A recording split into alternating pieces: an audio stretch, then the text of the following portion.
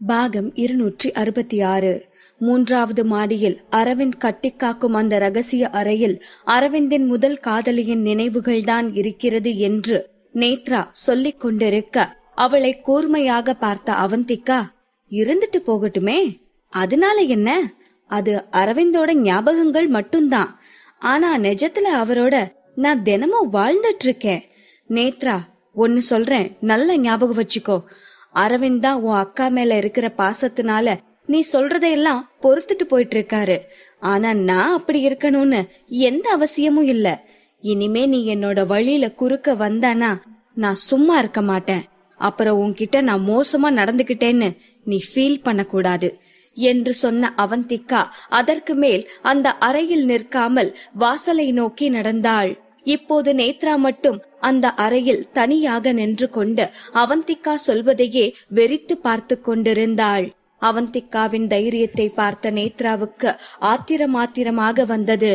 அவந்திகா, நீ அரவிந்தோட முதல் காதலியா இருக்கலாம், ஆனா அதனால என்ன பிரயோஜனம்? அரவிந்த் என்னைக்கும் நீதான் அவரோட முதல் காதலிங்கிற விஷயத்த சொல்ல மாட்டாரு.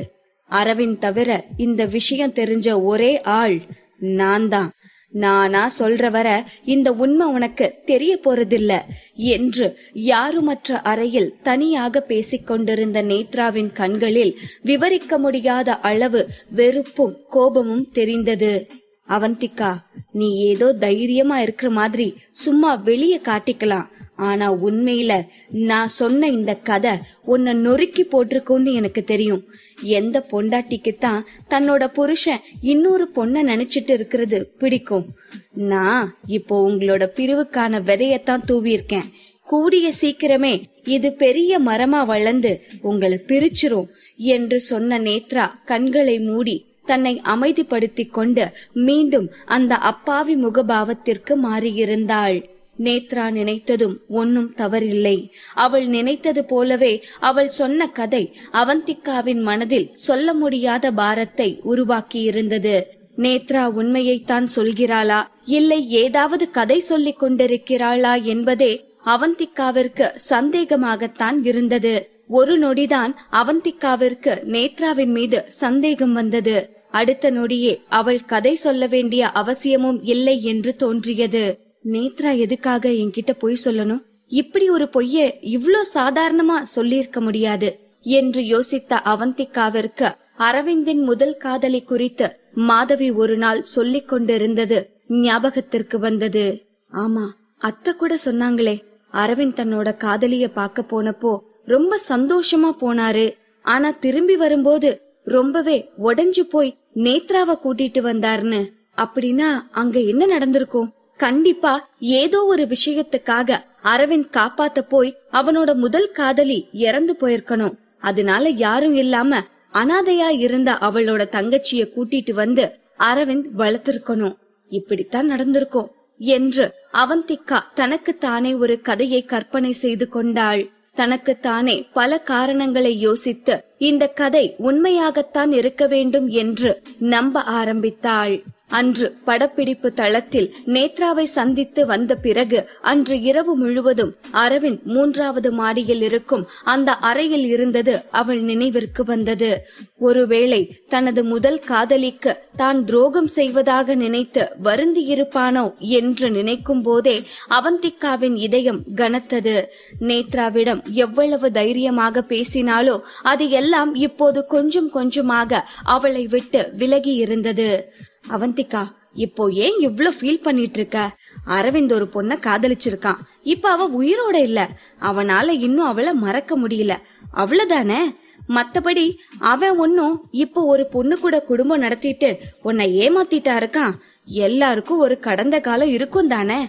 ராஜனை இப்ப வரைக்கும் உன்னால மறக்க முடியல தானே, அப்புறம் என்ன என்று அவந்திகாவின் மூளை புலம்பிக் கொண்டிருக்கும் அவள் மனதிற்கு உரைக்கும்படி சொல்ல கொஞ்சம் தன்னை தேற்றிக் கொண்டு வேகமாக கீழே இறங்கி வந்தாள். அவள் அந்த ஹோட்டலை விட்டு வெளியே செல்லும் நேரம் தியா என்ற குரல் கேட்டு திரும்பினாள். சூர்யாதான் நின்று கொண்டிருந்தான். அவந்திகாவின் முகத்தில் இருந்த களைப்பும் சோகமும் அவனை தாக்கியது. தியா, நீ நல்லா தானே இருக்க? எந்த பிரச்சனையும் இல்லதானே? என்றான் அக்கறையாக. தன் சோகத்தை சொல்லி அழக்கூட தனக்கு ஒரு உறவோ நட்போ இல்லையே என்று அவந்திகா சற்று நேரத்திற்கு முன்புதான் ஏங்கிக் கொண்டிருந்தாள். இப்போது சூர்யாவின் வார்த்தைகள் அவள் உள்ள குமரலை இன்னும் அதிகமாக்கியது. அவளுக்கென வருந்த ஒருவன் இருக்கிறான். இப்போதே சூர்யாவிடம் தனது மனக்குமுறலை எல்லாம் சொல்ல வேண்டும் என்றுதான் அவந்திகாவிற்கு தோன்றியது. ஆனால் அவன் இதை நட்பாக இல்லாமல் வேறு விதமாக எடுத்துக்கொண்டால் அவள் நிலை இன்னும் சிக்கலாகிவிடும் என்று நினைத்தவள் அவனை பார்த்து வெறுமையாக புன்னகைக்க அவளை பார்த்த சூர்யாவின் எண்ணங்கள் எங்கெங்கோ போனது. சற்று நேரத்திற்கு முன்னர் அவந்திகாவை தொடர்ந்து அவன் 12வது மாடிக்கு சென்ற போது அங்கே அவந்திகா இல்லை. அந்த புளோர் முழுக்க தேடி பார்த்தவன் களைத்து போய் எப்படியும் அவந்திகா இங்கேதானே வர வேண்டும் என்று கீழே வந்து காத்திருக்க ஆரம்பித்தான். அப்போதுதான் அரவிந்த் அவனை கடந்து செல்வதை பார்த்தான். ஒருவேளை அவந்திகா இந்த அரவிந்தை காணத்தான் வந்திருப்பாளோ என்ற எண்ணமே அவனை துளைத்து கொண்டிருந்தது. அன்று அவந்திகா அவனிடம் பொய்யான அட்ரஸை கொடுத்துவிட்டு பெரிய பங்களாவிற்கு சென்றாளே, அது அரவிந்துடையது என்பதையும் சூர்யா கண்டுபிடித்திருந்தான். அன்று இவர்கள் சந்தித்த போது அரவிந்த் அவந்திகாவின் மீது செலுத்திய ஆதிக்கம் என்று அனைத்தையும் சேர்த்து ஒருவேளை அரவிந்திற்கும் அவந்திகாவிற்கும் தவறான உறவு இருக்குமோ என்று அவனை யோசிக்க வைத்தது. இப்போது அவந்திகாவின் சோர்ந்த முகமும் சற்று நேரத்திற்கு முன்பு சென்ற அரவிந்தின் கோபமான முகமும் அதை உறுதிப்படுத்துவதாக இருந்தது. அவந்திகாவின் விரக்தி சிரிப்பு சூர்யாவிற்கு அவள் சந்தர்ப்பவசத்தால் ஏதோ ஒரு சிக்கலில் மாட்டிக்கொண்டு அதிலிருந்து மீண்டு வர முடியாமல் தவித்துக் கொண்டிருப்பது போல் தோன்றியது. அவளை கூர்ந்து பார்த்தவன், தியா, என்ன பிரச்சனைனாலும் என்கிட்ட சொல்லு, உனக்காக நான் இருக்கேன். நீ எவ்வளவு பெரிய சிக்கல்ல இருந்தனாலும் நான் உன் கூட இருப்பேன். உனக்காக எந்த உதவியும் செய்ய தயாரா இருக்கேன் என்றான். இல்ல சுகி, நான் நல்லாத்தான் இருக்கேன் என்று சொன்ன அவந்திகா அதற்கு மேல் சூர்யாவின் முகத்தை பார்க்க முடியாமல் அங்கிருந்து கிளம்பினாள். எப்போதும் போல இந்த முறை சூர்யா அவளை போக விடாமல் தொந்தரவு செய்யவில்லை. அவள் என்ன பிரச்சனையில் இருக்கிறாள் என்று தானே கண்டுபிடிக்க வேண்டும் என்று தன் மனதில் முடிவெடுத்துக் கொண்டவன் அவந்திகா செல்லும் திசையையே பார்த்து கொண்டிருந்தான். அதே நேரம் நேத்ராவிடம் பேசிவிட்டு சென்ற அரவிந்த் காரில் செல்லும் போது கூட அதையே நினைத்து கொண்டிருந்தான். அவன் கார் ஒரு சிக்னலில் நின்றிருக்க அந்த சிவப்பு விளக்கை வெறித்து பார்த்தவனின் மனதில் நேத்ராவை பற்றிய எண்ணங்கள் தான் ஓடிக்கொண்டிருந்தன. அவன் வாழ்க்கையில் ஒரு நாளும் நேத்ரா அவந்திகா குறித்த உண்மைகளை கண்டுபிடித்து அவளுக்கு இவ்வளவு தொல்லை கொடுப்பாள் என்று நினைத்து பார்த்ததில்லை. அவள் மீண்டும் மீண்டும் அவந்திகாவிற்கு எதிராக எத்தனை திட்டம் போட்டிருக்கிறாள். இதையெல்லாம் நினைக்கும் போது நேத்ராவை கொன்றுவிடலாம் போல் இருந்தது. ஆனால் அவள் என்ன தவறாக சொல்லிவிட்டாள்? உண்மையைத்தானே சொன்னால். ஆரம்பத்தில் அவந்திகாவை திருமணம் செய்யும் போது அவளுக்கு தீராத வலியை கொடுக்க வேண்டும், அவள் வாழ்க்கையை நரகத்தை விட கொடுமையானதாக மாற்ற வேண்டும் என்றுதானே அரவிந்த் நினைத்திருந்தான். ஆனால் நாளடைவில் அவளின் சின்ன காயம் கூட அவனுக்கு எந்த அளவு வலியை தருகிறது என்று புரிந்து கொண்டான்.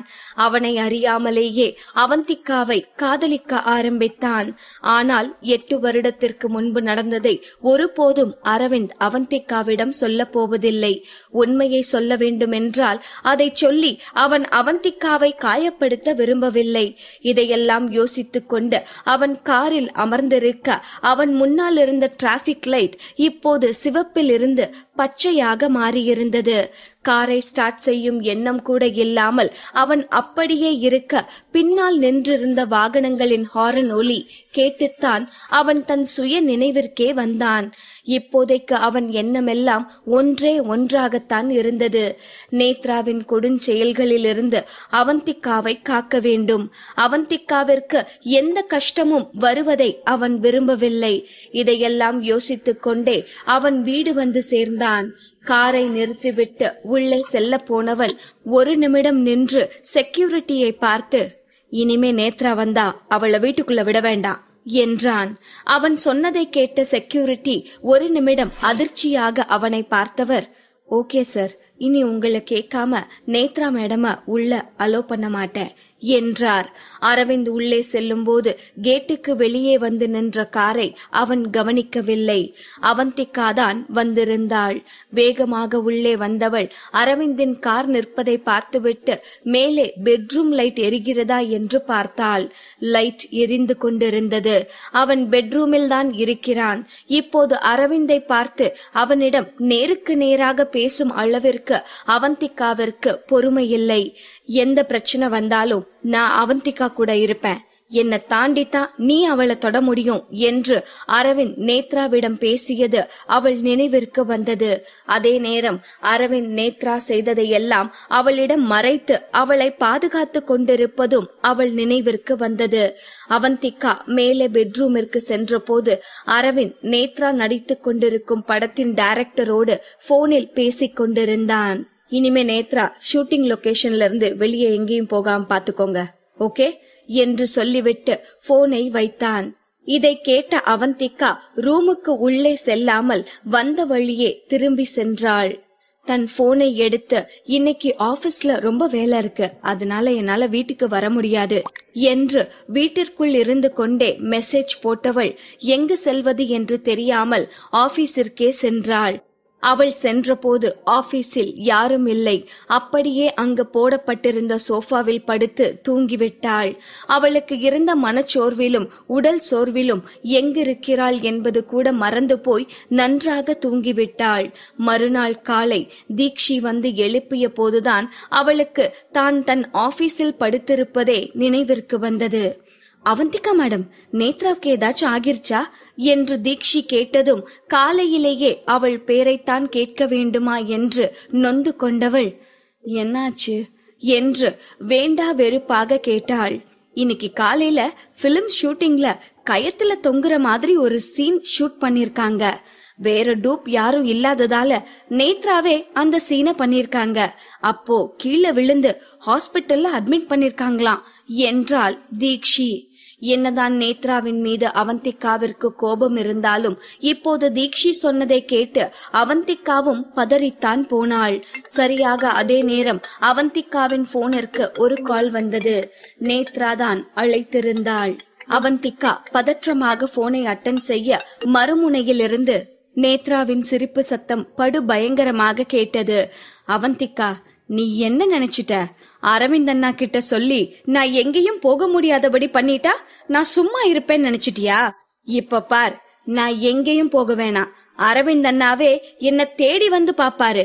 நான் ஹாஸ்பிட்டல்ல இருக்க இந்த நேரத்திலயும் அண்ணா என்ன வந்து பார்க்க மாட்டாருன்னு நீ நம்பிட்டு இருக்கியா? இதை கேட்டதும் தான் அவந்திகாவிற்கு நேத்ராவின் திட்டமே புரிந்தது. அப்போ நீ வேணும்னேதான் கீழே விழுந்தியா என்றாள் அவந்திகா.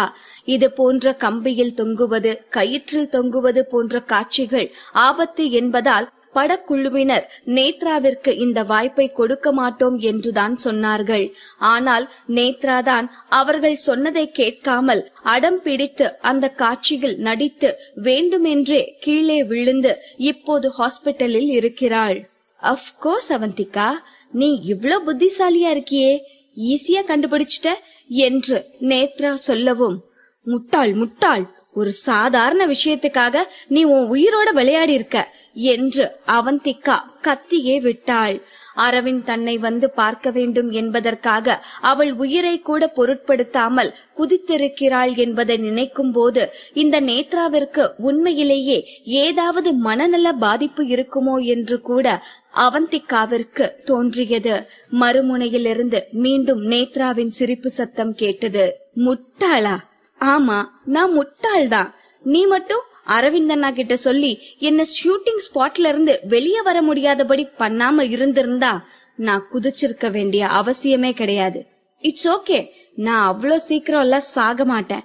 நீ ஒன்னும் சந்தோஷப்பட்டுக்காத. நான் இருக்கிற வர நீயும் அரவிந்த் அண்ணாவும் சந்தோஷமா இருக்கவே முடியாது. நான் அதுக்கு விடவே மாட்டேன் என்று வில்லத்தனத்தோடு சொன்னாள். எவ்வளவு நேரம் ஒருவனால் நின்ற இடத்திலேயே நின்று கொண்டிருக்க முடியும்? கடந்து செல்வதுதானே வாழ்க்கை. பாகம் 267. நான் இருக்கிற வரைக்கும் உங்களை நிம்மதியா இருக்கவே விடமாட்டேன் என்று சொன்ன நேத்ரா, அவந்திகா நம்ம ஒரு பெட் வச்சுக்கலாமா என்றாள். அவந்திகா வேண்டா வெறுப்பாக, என்ன பெட்டு என்றாள். ரொம்பவே சிம்பிளான பெட் தான். என்னோட அக்காவை அரவிந்தனா எப்பவும் மறக்க மாட்டாரு. அப்புறம் எனக்கு ஆக்சிடென்ட் ஆன விஷயம் கேள்விப்பட்ட உடனே அரவிந்தனா என்ன பார்க்க வருவாரு. அதோட நான் பண்ணினதெல்லாம் மன்னிச்சு என்ன திரும்ப வீட்டுக்கு கூட்டிட்டு போயிருவாரு என்றாள். இதை கேட்டதும் அவந்திகாவின் கண்கள் சுருங்கியது. இது மாதிரி முட்டாள்தனமான பெட்டு கட்டி விளையாடுறதெல்லாம் எனக்கு இன்ட்ரெஸ்ட் இல்ல என்று சொன்ன அவந்திகா நேத்ரா அடுத்த வார்த்தை பேசுவதற்குள் போனை கட் செய்தாள். என்னதான் அவந்திகா போனை கட் செய்திருந்தாலும் அவள் இதயத்தை ஏதோ ஒரு பாறை அழுத்துவது போல் இருந்தது. அவளால் எந்த வேலையிலும் கவனத்தை செலுத்த முடியவில்லை. அரவிந்த் இப்போ நேத்ராவை போய் பாப்பாரா? அவ செஞ்ச எல்லா விஷயத்தையும் மன்னிச்சிருவாரா? அப்பனா அவர் கூட இருக்கிற என்னை விட அவரோட முதல் காதலிதான் அவருக்கு முக்கியமா என்று நினைக்கும் போதே அவள் கண்களில் கண்ணீர் முட்டிக்கொண்டு வந்தது. அவந்திகா மேடம், என்னாச்சு? ஏன் நேத்து ஆபீஸ்லயே தங்கிட்டீங்க? அரவிந்த் சார் கூட எதுவும் சண்டை போட்டுட்டு கோச்சிட்டு வந்துட்டீங்களா என்று மெதுவாக அவளிடம் கேட்டாள் தீக்ஷி. தீக்ஷியின் குரல் கேட்டதும் அவந்திகா சட்டென தலையை குனிந்து கொண்டாள். நிமிர்ந்திருந்தால் அவள் கண்களில் இருக்கும் கண்ணீர் வெளியே தெரிந்து விடுமே. தலை குனிந்தவாறே, இல்ல, எந்த சண்டையும் போடல என்றாள். அவந்திகாவிற்கு தற்போது சண்டை போட்டிருந்தால் பரவாயில்லை என்றுதான் தோன்றியது. இப்போது எதையும் வெளிப்படையாக கேட்காமல் இருப்பதுதான் அவள் பிரச்சனையாகவே இருந்தது. என்னதான் அவந்திகா தனக்கும் அரவிந்திற்கும் எந்த சண்டையும் இல்லை என்று சொன்னாலும் அவள் முகமே அவர்களுக்குள் ஏதோ பிரச்சனை என்பதை தெளிவாக சொல்லியது. ஆதரவாக அவந்திகாவின் கையை பிடித்த நேத்ரா, எதுவா இருந்தாலும் சரியாகிரும் மேடம், கூல் என்றாள். அவளை பார்த்து வெறுமையாக புன்னகைத்த அவந்திகா, வா நம்ம வர்க்க ஸ்டார்ட் பண்ணலாம் என்று தனது டேபிளில் சென்று அமர்ந்தாள். அவள் டேபிளுக்கு சென்று அமர்ந்த அடுத்த நொடி அவர்களது அறை வாசலில் வந்து நின்ற டெலிவரி பாய், இங்க அவந்திகா யாரு என்று கேட்டுக்கொண்டே வந்து நின்றான். அவனை குழப்பமாக பார்த்த அவந்திகா, நான் தான் அவந்திகா என்றாள். மேம், இந்தாங்க நீங்க ஆர்டர் பண்ணின ஃபுட் என்று சொல்லி ஒரு பார்சலை அவளிடம் கொடுத்து சென்றான். காரசாரமான சாண்ட்விச்சும் அதோடு ஒரு கேக்கும் இருந்தது. அது என்னவோ ஒரு நிமிடம் அவந்திகாவிற்கு சூர்யாவின் ஞாபகம் தான் வந்தது. ஆனால் இந்த கடையில் சாண்ட்விச் நன்றாக இருக்கும் என்று ஒரு முறை அரவிந்த் சொல்லி இருந்தது அவள் நினைவிற்கு வந்தது. ஆக அரவிந்த் தான் இதை ஆர்டர் செய்திருக்கிறான் என்று தெரிந்ததும் அவள் மனதில் இருந்த வேதனை கொஞ்சம் குறைந்தது போல் இருந்தது. நேற்றிலிருந்து அவள் சாப்பிடாமல் தான் இருக்கிறாள். ஆனால் அவளுக்கு துளி கூட பசி தெரியவில்லை. வேண்டா வெறுப்பாக அந்த சாண்ட்விச்சை எடுத்து கடித்தவளுக்கு ஒரே நொடியில் புரை ஏறியது. அருகில் தண்ணீர் வேறு இல்லாததால் அதை அவள் முழுங்க முயற்சிக்க அந்த காரத்தின் வீரியத்தில் அவள் கண்களிலிருந்து கண்ணீர் வழிய ஆரம்பித்தது. புரையேறியதால் தான் கண்ணீர் வந்தது. ஆனால் மாபெரும் புயலும் கூட ஆரம்பத்தில் ஒரு துளியாகத்தானே ஆரம்பிக்கிறது. அப்படியே உடைந்து அழ ஆரம்பித்தாள். அவந்திகா, நீ எவ்வளவு வீக் ஆகிட்ட பாரு, ஒரு சாண்ட்விச்ச கூட ஒழுங்கா சாப்பிட முடியாம அழுதுட்டு இருக்க என்று தன்னைத்தானே கடிந்து கொண்டாள். ஆனாலும் அவள் அழுகை நின்ற பாடில்லை. அக்ரிமெண்டில் திருமணம் செய்து கொண்டு வெறும் பிள்ளை பெற்று தரும் இயந்திரமாக வாழ அவள் சம்மதித்த போது கூட அவள் இப்படி அழுததில்லை. ஆனால் இப்போது இந்த காதல் அவளை பாடாய் படுத்தி கொண்டிருக்கிறது. அரவிந்தின் முதல் காதலியை நினைத்து பொறாமைப்படக்கூடாது என்றுதான் அவந்திகாவும் நினைக்கிறாள். ஆனால் அவளால் அப்படி இருக்க முடியவில்லை. அதே நேரம் இங்கே அரவிந்த் மட்டும் நிம்மதியாக இருக்கிறானா என்ன? நேற்று அவந்திகாவிடமிருந்து மெசேஜ் வந்ததுமே அவன் அவந்திகாவின் நியூஸ் ஏஜென்சிக்கு கிளம்பி வந்தான். ஆனால் உள்ளே சென்று அவந்திகாவை நேராக சந்திக்கும் தைரியம் அவனுக்கு இல்லை. ஏற்கனவே நேத்ரா செய்த தவறை மறைப்பதற்காக அவந்திகாவிடம் பொய்க்கு மேல் பொய்யாக சொல்லிக் கொண்டிருக்கிறான். இப்போது அவந்திகா அந்த டீமின் சீக்ரெட் வெளியே சென்றது குறித்து கேட்டால் மீண்டும் அவன் ஒரு பொய்யை உருவாக்கி சொல்ல வேண்டும். ஆனால் இந்த முறை அவந்திகாவிடம் பொய் சொல்லும் தைரியம் அவனிடம் இல்லை. இரவெல்லாம் காரை ரோட்டில் பார்க் செய்துவிட்டு அங்கேயே அமர்ந்து அவந்திகாவை பார்த்து கொண்டிருந்தான். அவந்திகா இரவில் சாப்பிட்டாளா என்று தெரியவில்லை. கண்டிப்பாக காலையில் சாப்பிட்டிருக்க மாட்டாள் என்று அவனுக்கு தெரியும். அதனால்தான் ஆர்டர் செய்துவிட்டு அவந்திகாவின் ஆபீஸையே பார்த்து கொண்டு நின்றான். அதே நேரம் அவனுக்கு நேத்ரா நடிக்கும் படத்தின் டைரக்டரிடமிருந்து போன் வந்தது. சாரி சூப்பர் ஸ்டார் அரவிந்த், உங்க நேத்ராவை என்னால சரியா பாத்துக்க முடியல. ஒரு ஸ்டன்ட் சீன் எடுக்கும் போது கீழே விழுந்து அவங்களுக்கு அடிபட்டுருச்சு. இப்போ ஹாஸ்பிட்டல்ல அட்மிட் பண்ணிருக்கோம் என்றார் பதட்டமான குரலில். இதை கேட்ட அரவிந்த் பதறி போனான். ஒன்னும் பிரச்சனை இல்லல, இப்போ எந்த ஹாஸ்பிட்டல்ல அட்மிட் பண்ணிருக்கீங்க என்று பரபரத்தான். கூல் கூல், அவ்வளோ பெரிய அடியெல்லாம் இல்ல, கால்ல சின்ன அடிதான், பிராக்சரா இல்லையான்னு எக்ஸ்ரே எடுத்து பார்த்தாதான் தெரியும் என்று சொன்னவர் அந்த ஹாஸ்பிட்டலின் பேரை சொல்ல, ஓகே நான் உடனே அங்க வரேன் என்று சொன்னவன் காரை ஸ்டார்ட் செய்து நேராக நேத்ராவை அட்மிட் செய்திருந்த ஹாஸ்பிட்டலுக்கு சென்றான். இது காலை நேரம் என்பதால் அந்த ஹாஸ்பிட்டலில் இருந்த இடத்தில் அதிக கூட்டம் இருந்தது. இப்போது அரவிந்த் இறங்கி ஹாஸ்பிட்டலுக்கு சென்றால் அது ஒரு பெரிய நியூஸ் ஆகிவிடும் என்று நினைத்தவன் உள்ளே செல்லாமல் சம்பத்திற்கு போன் செய்தான். இங்கு நேத்ராவோ அவந்திகாவிடம் போன் பேசி முடித்துவிட்டு எக்ஸ்ரே எடுக்க சென்றாள். அவள் காலில் பிராக்சர் ஆகி இருப்பது உறுதியாகியது. அதற்கு பின்னர் அவளை வீல் சேரில் அழைத்து வந்து VIP ரூமில் விட்டு சென்றாள். யாருமில்லா அந்த அறையில் நேத்ரா யாருடைய வருகைக்காகவோ கதவை பார்த்து கொண்டு காத்திருந்தாள். சிறிது நேரத்திற்கு பிறகு அந்த அறைக்கு யாரோ வரும் காலடி சத்தம் கேட்டது. சத்தம் கேட்டதும் அது அரவிந்தாகத்தான் இருக்கும் என்று நினைத்து கொண்ட நேத்ரா வேண்டுமென்றே தன் உதட்டை அழுந்த கடித்து கண்ணீரை வரவழைத்துக் கொண்டு ஒரு டிராமாவை அரங்கேற்ற தயாராக இருந்தாள். அவளுக்கு நன்றாகவே தெரியும், என்னதான் அரவிந்த் அவள் மீது கோபமாக இருந்தாலும் அவளுக்கு ஏதாவது ஒன்றென்றால் அதை அவனால் தாங்கிக் கொள்ள முடியாது. எப்படியும் தனக்கு ஆக்சிடென்ட் என்றால் அரவிந்த் ஓடோடி வருவான் என்று நேத்ராவிற்கு நன்றாகவே தெரியும். ஆனால் இப்போது காலடி சத்தம் நெருங்கி கேட்க கேட்க அவளுக்கு பயமும் அதிகமானது.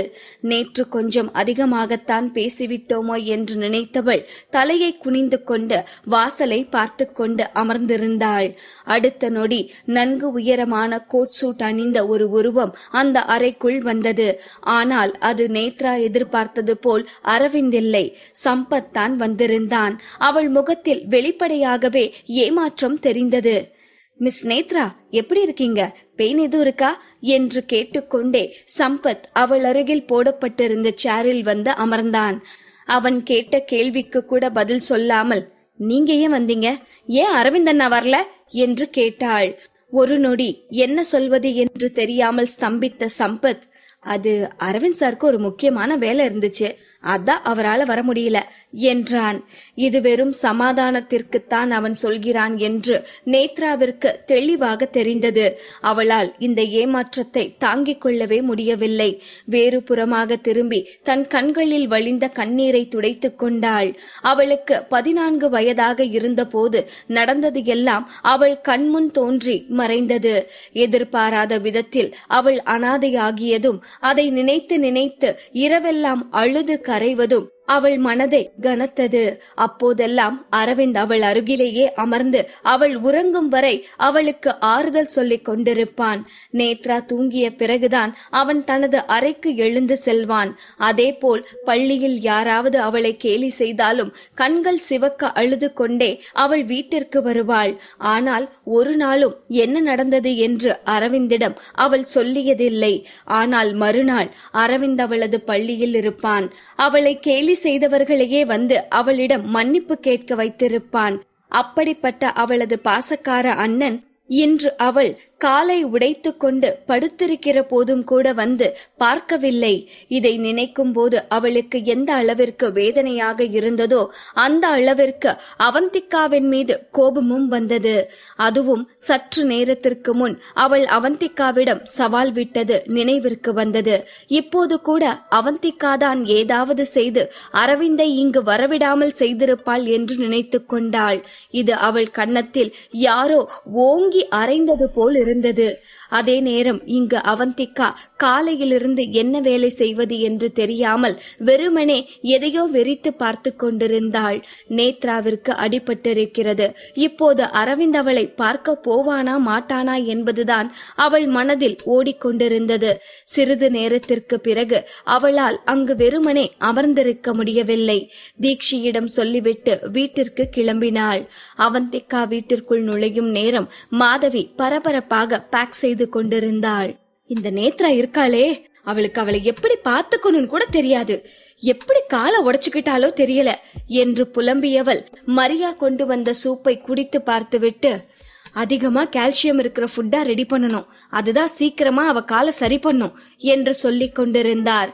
மரியாவும் வருத்தமாக, ஆமா மேடம், இந்த நேத்ரா பொண்ணுக்கு சாதாரணமா ஒரு சின்ன காயம்னா கூட தாங்கிக்க முடியாது, இப்போ எப்படி அவ்வளோ பெரிய காயத்தை தாங்கிக்க போகுதோ அதான் எனக்கு தெரியல என்று சொன்னவர் அந்த சூப்பை ஒரு பாக்ஸில் ஊற்றி பேக் செய்து விட்டு, மேடம் இப்போதைக்கு இந்த சூப்பை மட்டும் எடுத்துட்டு போங்க, நைட் நம்ம எல்லாத்தையும் ரெடி பண்ணி கொண்டு போலாம், நீங்க போய் பாருங்க, பாவம் அங்க நேத்ரா தனியா இருப்பாங்க என்றாள். என்னது, நேத்ராவை பார்க்க ஹாஸ்பிட்டல் போக போறாங்களா? இந்த நேத்ரா இருக்காளே, எல்லார்கிட்டையும் நல்லா நடிச்சு ஏமாத்தி வச்சிருக்கா என்று நினைத்து கொண்ட அவந்திகா மாதவியின் முகத்தில் தெரிந்த பதற்றத்தை பார்த்துவிட்டு, அத்த நானும் ஹாஸ்பிட்டலுக்கு வரேன் என்றாள். சரி அவந்திகா என்று சொன்ன மாதவி அவந்திகாவையும் அழைத்து கொண்டு காரில் ஏறினாள். காரில் செல்லும் போதெல்லாம் நேத்ராவை பற்றித்தான் பேசிக்கொண்டு வந்தார். அவந்திகா, இந்த நேத்ரா இருக்காளே, அவளுக்கு சின்னதா ஒரு காயம் ஆனா கூட போதும், அந்த வலியில நைட்டெல்லாம் தூங்காம அழுதுட்டே இருப்பா, இப்ப என்ன பண்ணிட்டு இருக்காளோ தெரியல என்று வருத்தப்பட்டாள். அவந்திகாவால் இப்படி மாதவி நேத்ராவை நினைத்து வருத்தப்பட்டு கொண்டிருப்பதை பார்த்து கொண்டிருக்க முடியவில்லை. ச்சே, இந்த நேத்ராவோட உண்மையான முகத்தை பத்தி தெரியாம எவ்வளவு ஃபீல் பண்ணிட்டு இருக்காங்க. இந்த நேத்ராவை பத்தின உண்மையெல்லாம் தெரிஞ்சா இவங்க அதை எப்படி தாங்கிக்க போறாங்களோ தெரியலையே என்று அவந்திகா யோசித்து கொண்டிருக்கும் போதே, இந்த அரவிந்த் எங்க போனானே தெரியல, நேத்ரா இப்படி காலை உடைச்சிட்டு ஹாஸ்பிட்டல்ல இருக்கா, அவளை பார்க்க கூட போகாம இவனுக்கு அப்படி என்ன முக்கியமான வேலை இருக்கோ தெரியல என்று கோபம் கலந்த குரலில் புலம்ப ஆரம்பித்தாள். ஆனால் அவந்திகாவிற்கு இதை கேட்டதும் உற்சாகமாக இருந்தது. கஷ்டப்பட்டு தன் மகிழ்ச்சியை கட்டுப்படுத்தி கொண்டவள் அதிர்ச்சியாக கேட்பவள் போல், அத்த நீங்க என்ன சொல்றீங்க, அப்போ அரவிந்த் நேத்ராவை பார்க்க போகலையா என்றாள். இல்லம்மா, இந்த அரவிந்துக்கு நான் போன் பண்ணிட்டே இருந்தேன், அவனுக்கு போன் எடுக்கவே நேரம் இல்ல, கடைசியா போனை எடுத்தவன் பிஸியா இருக்கேன்னு சொல்லி போனை வச்சிட்டான் என்றார். என்னதான் அவந்திகாவிற்கு ஹாஸ்பிட்டலிற்கு வரவே பிடிக்கவில்லை என்றாலும் மாதவி பதற்றமாக இருப்பதால் அவளும் பதற்றமாக மாதவியின் வேகத்திற்கு ஓட வேண்டியிருந்தது. இவர்கள் இருவரும் நேத்ராவின் அறைக்குள் நுழைந்த போது நேத்ரா சோகமே உருவாக பெட்டில் அமர்ந்திருந்தாள். அவள் அருகில் சம்பத் ஒரு மெகா சீனை படித்துக் கொண்டிருந்தான். இவர்களை பார்த்ததும் அவன் எழுந்து நிற்க, இப்படி ஒரு உருவம் அந்த அறையில் இருப்பதையே கண்டு கொள்ளாத மாதவி நேராக நேத்ராவிடம் சென்று பாசமாக அவள் கையை பிடித்து கொண்டு, நேத்ரா, இவ்ளோ பெரிய விஷயம் நடந்திருக்கு, நீ ஏன் என்கிட்ட சொல்லவே இல்ல? நான் எதச்சையா நியூஸ் சேனல் பார்க்க போய் எனக்கு இந்த விஷயம் தெரிய வந்துச்சு, இல்லனா எனக்கு இது தெரிஞ்சிருக்காது என்று அவளை கடிந்து கொண்டவள் நேத்ராவின் காலை பார்த்து, இவ்ளோ பெரிய காயம் ஆகியிருக்கு, உனக்கு ரொம்ப வலிச்சிருக்கும்ல, ரொம்ப அழுதியாடா என்று மாதவி பாசமாக நேத்ராவின் முகத்தை திருப்பி கேட்கவும், உண்மையிலேயே மாதவியின் வார்த்தைகளில் நேத்ரா உருகி போனாள். அவள் கண்களில் கண்ணீர் கோர்த்தது. அம்மா, உங்களுக்கே இன்னும் உடம்பு சரியாகல, ஏன் நீங்க இங்கெல்லாம் வரீங்க என்று அவள் கடிந்து கொள்ள, இதையெல்லாம் ஒரு ஓரமாக நின்று அமைதியாக பார்த்து கொண்டிருந்த அவந்திகாவிற்கு நேத்ரா மாதவியின் மீது கொண்டிருந்த பாசம் போலியாக தெரியவில்லை. உண்மையாகவே நேத்ரா மாதவியின் மீது அக்கறை கொண்டிருந்தாள். அவள் மாதவியின் மீது வைத்திருக்கும் பாசம் உண்மையானது.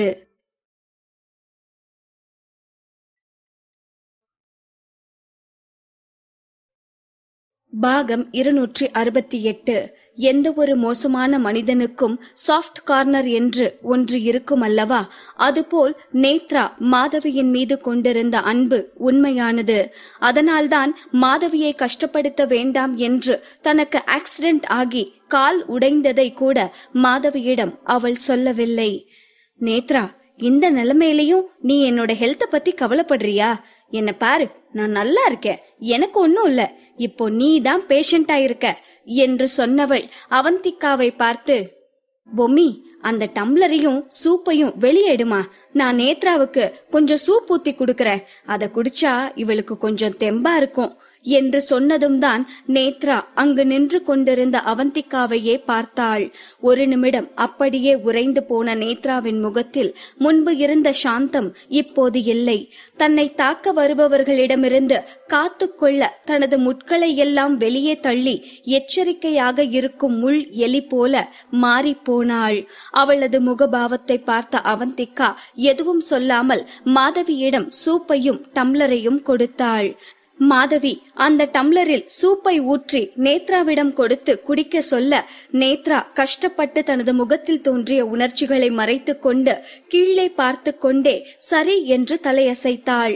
இப்போது அவள் கண்களிலிருந்து கண்ணீர் வழிய ஆரம்பித்தது. அதன் பிறகு சத்தமாகவே விம்ம ஆரம்பித்தாள்.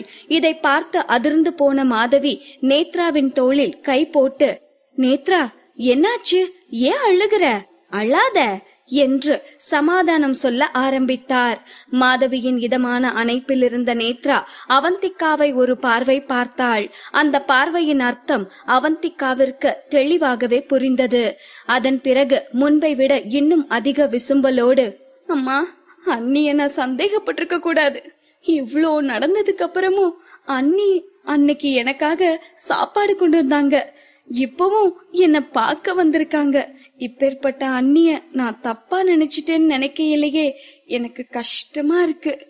அம்மா, என்ன மன்னிச்சிருங்க, நான் அன்னைக்கு அப்படி பேசியிருக்க கூடாது என்று சொன்னவள் கண்ணீர் நிறைந்த கண்களோடு அவந்திகாவை பார்த்து, அண்ணி, என்ன மன்னிச்சிருங்க, நான் தெரியாம பண்ணின தப்பு அது, நீங்க என்ன மன்னிச்சிருவீங்க தானே என்றாள். இதை கேட்ட அவந்திகா இமைக்க கூட மறந்து வாயை பிளந்து கொண்டு நேத்ராவின் நடிப்பு திறனை பார்த்து கொண்டிருந்தாள். ஆனாலும் இவ உலக மகா நடிகையா இருக்கா. அப்பா சாமி, கிடைக்கிற கொஞ்ச நஞ்ச வாய்ப்பையும் மிஸ் பண்ணாம என்னமா நடிக்கிறாடா சாமி என்று நினைத்த அவந்திகா நேத்ராவையே பார்த்து கொண்டிருந்தாள். நேத்ராவிற்கு நன்றாகவே தெரியும் மாதவியின் முன்பு அவந்திகா எதுவும் பேச மாட்டாள் என்று. இந்த வாய்ப்பை பயன்படுத்தி கொண்டு அவந்திகாவை அவள் டார்கெட் செய்கிறாள். இப்போது நேத்ராவை மன்னித்து விட்டதாக சொல்வதை தவிர அவந்திகாவிற்கு வேறு ஆப்ஷனே இல்லை. அவந்திகா மட்டும் நேத்ராவை மன்னித்து விட்டதாக சொல்லிவிட்டால் பிறகு ஏன் அவள் படப்பிடிப்பு தளத்தில் தங்க வேண்டும்? இப்போதே மாதவியுடன் வீட்டிற்கு சென்று விடலாம் என்பதுதான் நேத்ராவின் திட்டம். அவளின் இந்த திட்டம் அவந்திகாவிற்கும் நன்றாகவே புரிந்தது. ஒரு நிமிடம் அவளை கூர்ந்து பார்த்தவள், நேத்ரா, நான் உன்னை எப்பவோ மன்னிச்சிட்டேன், நீ என்ன வேணும்னேவா பண்ணுன? நம்ம குடும்பத்து மேல இருக்கிற அக்கறையில தானே பண்ணுன என்றாள்.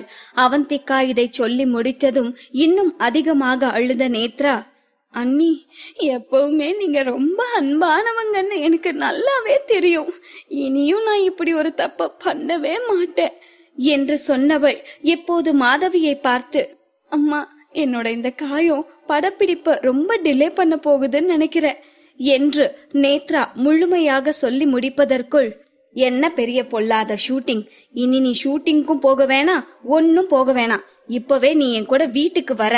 இப்ப நீ நடிக்கணும்னு என்ன அவசியம் இருக்கு? நீ நடிச்சுதான் நம்ம குடும்பத்தை காப்பாத்தணுமா என்ன? உங்க அண்ணன் சேர்த்து வச்சிருக்க சொத்தே இன்னும் 4 தலைமுறைக்கு நிம்மதியா சாப்பிடலாம். ஏதோ வீட்ல இருக்க உனக்கு போர் அடிக்குமே, சும்மா டைம் பாஸா ஷூட்டிங் போயிட்டு வான்னு தான் நாங்க உன்னை அனுப்பி வச்சோம், புரியுதா?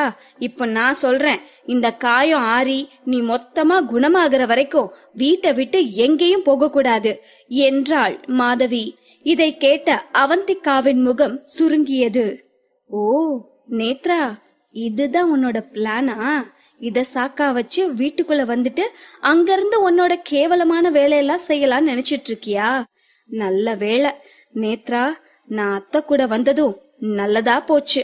இல்லனா ஈஸியா நீ திரும்ப வீட்டுக்கு வந்துருவ. ஆனா இப்போ இத நான் நடக்க விட மாட்டேன் என்று மனதில் நினைத்தவள் நேத்ராவின் திட்டத்தை எப்படி முறியடிப்பது என்று யோசித்துக் கொண்டிருந்தாள். நேத்ராவோ மாதவி வீட்டிற்கு அழைத்ததும் உடனே சரி என்று சொல்லாமல் அவளை பாவமாக பார்த்தாள். மாதவியிடம் தன்னை பரிதாபமாக காட்டிக்கொள்ளத்தான் நேத்ரா இந்த வேலையை செய்து கொண்டிருக்கிறாள். ஆனால் அவந்திகாவிடம் அவள் வேலையெல்லாம் பலிக்கவில்லை. நேத்ரா பேசுவதற்குள் முந்திக் கொண்ட அவந்திகா, அம்மா நீங்க சொல்றதெல்லாம் கரெக்ட் தான். நேத்ரா வேலைக்கு போய்தான் நம்ம குடும்பத்துக்கு பணம் சம்பாரிச்சு கொடுக்கணும்னு ஒரு அவசியமும் இல்ல என்றாள். இதை கேட்ட நேத்ராவின் இதயம் துள்ளி குதிக்க ஆரம்பித்தது. அவள் கண்கள் மின்னியது. உன்னாலதானே அவந்திகா நான் வீட்டை விட்டு வெளியே வர வேண்டிய கட்டாயத்துக்கு தள்ளப்பட்டேன். இப்ப பாரு, உன் வாயாலேயே வீட்டுக்கு வான்னு இன்வைட் பண்ண வைக்கிறேன் என்று நேத்ரா யோசித்து கொண்டிருக்கும் போதே, ஆனா பாருங்களே அத்தை, நேத்ரா இவ்ளோ பெரிய அடிபட்டதுக்கான அர்த்தமே இல்லாம போயிரும் என்றாள். இதை கேட்ட மாதவி ஒன்றும் புரியாமல் அவந்திகாவை பார்த்து, நீ என்ன சொல்ற பொம்மி என்றாள். இப்போது நேத்ராவை பார்த்து புன்னகைத்த அவந்திகா, எல்லா ஆக்டருக்குமே ஒரு டூப் இருப்பாங்க. ஆனா பாருங்க, இவ்ளோ ரிஸ்கான காட்சியையும் நேத்ரா தனியா எந்த ஒரு டூப்பும் இல்லாம பண்ணிருக்காங்க. இதுல இருந்து நேத்ராவோட டெடிகேஷன் நமக்கு தெரியுது. உங்களுக்கு தெரியாத அத்தை, இப்ப இருக்கிற எல்லா நியூஸ்லயும் நேத்ராவை பத்தியும் அவளோட டெடிகேஷன் பத்தியும் தான் எல்லாரும் பேசிட்டு இருக்காங்க. இந்த வாய்ப்பை பயன்படுத்தி நம்ம நேத்ரா எல்லார் மத்தியிலையும் நல்ல பாப்புலர் ஆகிரலாம் என்று அவந்திகா சொல்லிக் கொண்டிருக்கும் போதே நேத்ராவிற்கு கோபம் பொத்து கொண்டு வந்தது. இப்போதே இந்த அவந்திகாவை ஏதாவது செய்ய வேண்டும் போல் தோன்றியது. ஆனால் அந்த நேரத்தில் அவளால் எதுவும் பேச முடியவில்லை. அவந்திகா சொல்வதை அமைதியாக கேட்டுக்கொண்டிருந்த மாதவி, ஆனா நேத்ரா கால்ல காயம் இருக்கே என்று சொல்ல, ஆமா அத்தை, எனக்கும் நேத்ராவ வீட்டுக்கு கூட்டிட்டு போய் அவ குணமாகிற வரைக்கும் நம்ம வீட்டுல வச்சு பாத்துக்கணும் தான் ஆசை. ஆனா என்ன பண்றது, நேத்ரா அவங்க வேலைக்கு இவ்ளோ முக்கியத்துவம் கொடுக்கையில நம்ம அந்த வேலைய விட்டுட்டு அவங்கள கூட்டிட்டு போக முடியாது. அது கரெக்டா இருக்காது. அதுவும் இல்லாம வீல் சேர்ல உட்காந்துகிட்டே கூட நிறைய க்ளோஸ் அப் சீன்ஸ் எல்லாம் எடுக்கலாம். அது முடியாதப்ப ஸ்டண்ட் யூஸ் பண்ணிப்பாங்க என்றால் சோகமாக முகத்தை வைத்துக் கொண்டு, இந்த அவந்திகா இருக்காளே, அவளுக்கு நல்லாவே பேச தெரிஞ்சிருக்கு. நான் போட்ட பிளான ஒரே நிமிஷத்துல எனக்கு எதிரா திருப்பிட்டா என்று கருவிக்கொண்ட நேத்ரா எதுவும் பேசாமல் அமைதியாக இருந்தாள். இப்போது மட்டும் அவள் வீட்டிற்கு வருகிறேன் என்று சொல்லிவிட்டால் அவளுக்கு அவள் வேலை மீது அக்கறை இல்லை என்பது போல் ஆகிவிடும். ஆக நேத்ராவே மாதவியிடம் தான் வீட்டிற்கு வரவில்லை என்று சொல்ல வேண்டிய கட்டாயத்தில் இருக்கிறாள். நேத்ரா எதுவும் பேசாமல் அவந்திகாவை வெறுத்து பார்த்து கொண்டிருக்க, அத்தை, நம்மளே மாறி மாறி பேசிட்டு இருக்கிறதுக்கு பதிலா நேத்ரா என்ன சொல்றாங்கன்னு கேப்போம், அவங்கதான் முடிவு பண்ணணும் என்று சொன்ன அவந்திகா பாவம் போல் நேத்ராவை பார்க்க, ஆமா அம்மா, அண்ணி சொல்றதும் கரெக்ட் தான். எனக்கு கால் உடைஞ்சதும் ஒரு நல்ல வாய்ப்பு தான். இந்த டைம்ல நான் நடிச்சா எனக்கு இன்னுமே அதிக கிரெடிட்ஸ் கிடைக்கும் என்றாள் நேத்ரா. மாதவி ஏதோ பேச வர அவந்திகா அவர் கையை அழுந்த பிடித்தாள். இப்போது எதுவும் பேசாமல், ஓகே நேத்ரா, உன்னோட முடிவுதான் முக்கியம். பார்த்து பத்திரமா இரு, ரொம்ப ரிஸ்க் எடுக்காத. நான் அப்பப்ப வந்து பாக்குறேன், இப்ப கிளம்புறேன் என்று சொல்லிவிட்டு மாதவியும் அவந்திகாவும் அங்கிருந்து கிளம்பினார்கள். வீட்டிற்கு செல்லும் வழியெல்லாம் மாதவி நேத்ராவை நினைத்துத்தான் புலம்பிக் கொண்டிருந்தாள். எப்படி இந்த பொண்ணுக்கு இவ்ளோ சினிமா ஆசை வந்துச்சோ தெரியல. காலை உடைச்சுக்கிட்டதுக்கு அப்புறமும் நடிக்கணும்னு சொல்றா. இந்த அரவிந்த் கூட இப்படித்தான் பண்ணுவான். அவனை பார்த்துதான் இந்த பொண்ணு இப்படி பண்றான்னு நினைக்கிறேன் என்று வாய்விட்டே புலம்பிக் கொண்டிருந்தார். வீட்டிற்கு செல்லும் வழியெல்லாம் அவந்திகா அமைதியாகவே இருந்தாள். என்னதான் இந்த முறை அவந்திகா எதையெதையோ பேசி நேத்ராவை வீட்டிற்கு வரவிடாமல் செய்திருந்தாலும் இது இன்னும் எத்தனை நாட்களுக்கு இப்படி இருந்துவிட முடியும்? கண்டிப்பாக அந்த படப்பிடிப்பு ஒரு நாள் முடியும் தானே. அப்போது என்ன செய்வது என்று அவந்திகாவிற்கு சுத்தமாக தெரியவில்லை.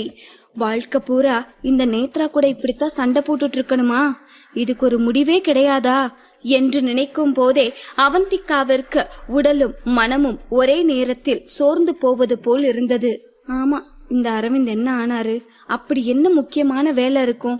அவரோட ஷூட்டிங் எல்லாம் கூட முடிஞ்சிருச்சே என்று யோசித்து கொண்டே அவந்திகா வீட்டிற்குள் செல்ல அங்கே அரவிந்த் ஹாலிலேயே அமர்ந்து பேப்பர் படித்துக் கொண்டிருந்தான். அரவிந்தை வீட்டில் பார்த்து குழம்பி போன மாதவி, அரவிந்த், நீ வேலை இருக்குன்னு தானே சொன்ன, இப்போ வீட்ல இருக்க? உனக்கு கொஞ்சமாச்சும் அக்கறை இருக்கா? உன் தங்கச்சி அங்க காலை உடைச்சுக்கிட்டு ஹாஸ்பிட்டல்ல படுத்து கிடக்குறா, நீ போய் கூட பாக்கல. என்ன அண்ணன் நீ?